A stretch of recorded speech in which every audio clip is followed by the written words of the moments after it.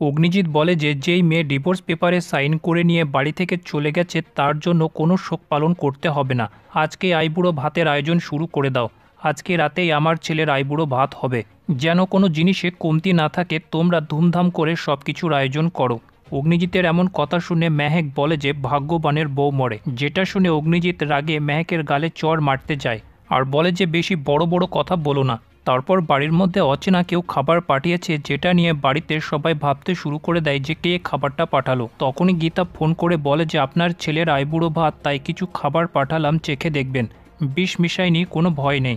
Agnijit hello আপনি কে বলছেন বললে কোনো উত্তর পাওয়া যায় না। অগ্নিজিৎ বলে বাড়িতে আইবুড়ো ভাত হচ্ছে এই মহিলাটা কি করে জানলো?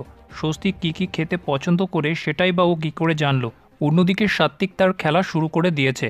সে কৃপানকে সেই ফটোগুলো পাঠাতে শুরু করে, যেটাতে স্পষ্টভাবে দেখা যাচ্ছে কৃপান গীতাকে পাহাড় থেকে ধাক্কা মারছে। ফটোগুলো দেখে কৃপান হতবম্ব হয়ে যায়। কৃপান বলে তার মানে কেউ জানে যে আমি গীতাকে খুন করেছি। তার মাথা খারাপ হয়ে যায় এটা ভেবে যে সে কে হতে পারে। অন্যদিকে স্বস্তিক বলতে থাকে যে তোমাকে তোমার পাপের সাজা পেতেই হবে কৃপান ব্যানার্জি, কিচ্ছু করার নেই। অগ্নিজিতের কথা মতো টিফিনগুলো চেক করার পর গিনি অগ্নিজিৎকে বলে যে স্বস্তিক যা যা খেতে পছন্দ করে সব ঠিক সেই রকম করেই রান্না করে পাঠানো হয়েছে।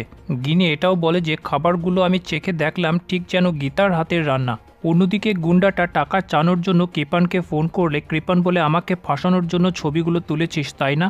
যেটা নিয়ে তাদের মধ্যে কথা কাটাকাটি শুরু হয়ে যায়। গুন্ডাটা বলে আমি এমন কিছু করিনি। কৃপান বলে আমার গীতাকে ধাক্কা মারার জিনিসটা কেউ দেখেছে, সেটা খবর লাগাতে হবে। গুন্ডাটার ফোন রাখার পর গীতা গুন্ডাটাকে ফলো করতে শুরু করে। গুন্ডাটা গীতাকে দেখা মাত্র ভয়ে সেখান থেকে পালানোর চেষ্টা করলে গীতা তার মেরে হাল খারাপ করে দেয়। কৃপান গুন্ডাটাকে আবার ফোন করলে ফোনটা গীতা তুলে।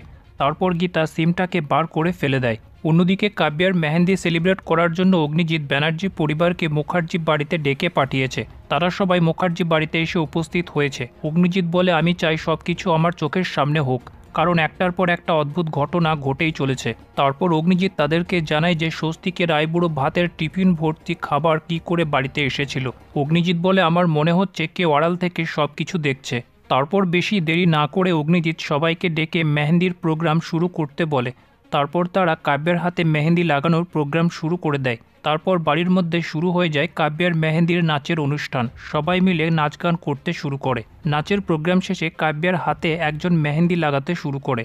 আর কাব্যের হাতে যে মেহেন্দি লাগাচ্ছিল সেটা আর কেউ নয়, বরং সেটা হচ্ছে গীতা। আর গীতাকে নিজের চোখের সামনে দেখে কাব্যের চোখ ছানা বড়া হয়ে যায়।